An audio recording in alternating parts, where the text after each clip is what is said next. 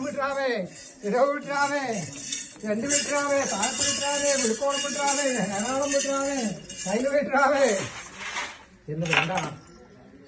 കണ്ണോത്ത് കല്യോട്ട് കാപ്പാട്ട് മുളവന്നൂർ ഓടങ്കര മാടങ്കര കുമ്മണാറ് കരിന്തളം തെറ്റിക്കുന്ന അതിയാൽ മടിയന്മട്ട ആറുകീരത്തെങ്കിലും രാമാര് പറക്കോടം പുലിക്കോടം കക്കാടം തെക്കുംപാടൻ നിരക്കാവ് പൂങ്കാവ് ആറമ്മ മക്കളോടും നിങ്ങളെന്ന മഹാസഭയെങ്കിൽ നിന്നിട്ട് അല്ലേ.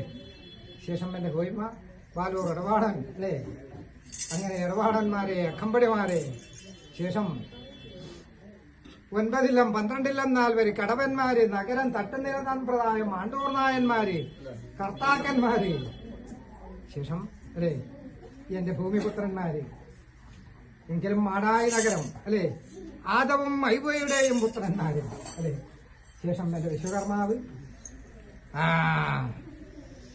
എന്റെ വലത്തതിൻ്റെതായ എന്റെ മാറ്റം തിരിയും എഴുന്നള്ളിക്കും എന്റെ തൃക്കന്യാക്കുറുപ്പ് അല്ലേ.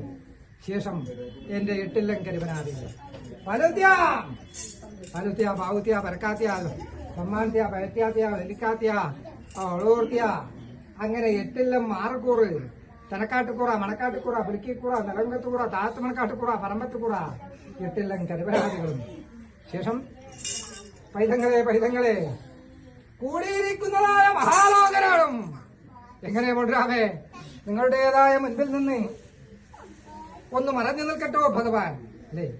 എവിടെയാണ് ഭഗവാൻ അന്തർദാനം ചെയ്യേണ്ടത്?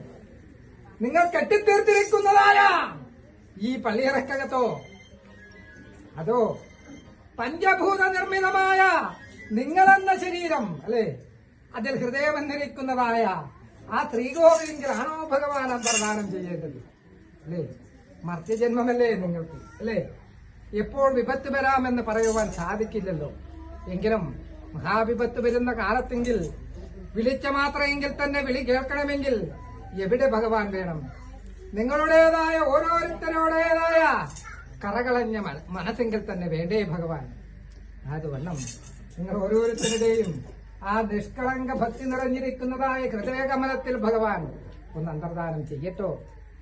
അതുവണ്ണം 4 യുഗത്തെങ്കിൽ 10 അവതാരത്തെ കൈക്കൊണ്ട നാഥനല്ലേ ഞാൻ.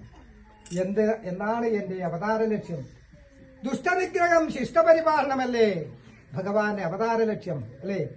എവിടെ ധർമ്മം കെടുന്നുവോ അവിടെ എന്ത് മലിനവേഷവും ധരിച്ച് ഭഗവാൻ എത്തിച്ചേരുവല്ലേ അല്ലേ. അങ്ങനെയുള്ളതായ ഭഗവാൻ അല്ലേ അന്ന് അനേക ദുഷ്ടനിഗ്രഹം ചെയ്തു പോരുന്ന കാലത്തെങ്കിൽ എന്റെ പരമഭക്തന്മാരായിരിക്കുന്നതായ 30 കോടി ദേവകൾ അല്ലേ സനങ്ങൻ മാതങ്ങൻ അഷ്ടപുത്രൻ പുലഹൻ കലഹൻ ഗൗതമൻ മരീചി കണ്ണുമണ്ണ് മാർക്കാണ്ഡേയൻ ദത്രാത്രൻ താപസൻ നാരദൻ തുടങ്ങിയിരിക്കുന്നതായ ദേവന്മാരും ദേവഋഷികളും അന്ന് ശ്രീപാലാഴി വടക്കേക്കര ചെന്നിട്ട് അനേക സുഗന്ധമേറിയിരിക്കുന്നതായ പുഷ്പങ്ങളാൽ എന്നെ അർച്ചിച്ചിട്ടുണ്ടല്ലോ അല്ലേ. മുല്ല മല്ലിക കൈത കനകനാറ് ചെക്കി ചേമന്തികം പിച്ചകം കരിങ്കൂവളം ചെന്താമര വെണ്ടാമര കുരുക്കുത്തിമുള്ള സൗഗന്ധികം ചന്ദനച്ചെമ്പകം പാരിജാതം മുല്ലമന്നാരം കർപ്പൂരത്തുളസി എന്ന് വേണ്ട സത്യനാഗ വാഗമൂക പുന്നാഗജാമ്പൈ അതിഥി വിവിധ തുളസി ജിനഗന്ധീവാരന്തി ഇന്ദീവര ചന്ദനസ്പന്ദന തെച്ചി നെച്ചി പിച്ചിപ്രസൂരങ്ങളാൽ എന്നെ അർപ്പിച്ചിട്ടുണ്ടല്ലോ. അതെല്ലാം ഈ കലിവാസനയേറിയിരിക്കുന്നതായ ഈ കാലാവസ്ഥയെങ്കിൽ മനുഷ്യ ജന്മത്തെങ്കിൽ നിങ്ങൾ നിന്നിട്ട് നിങ്ങൾക്ക് ഏവർക്കും അസാധ്യമല്ലേ.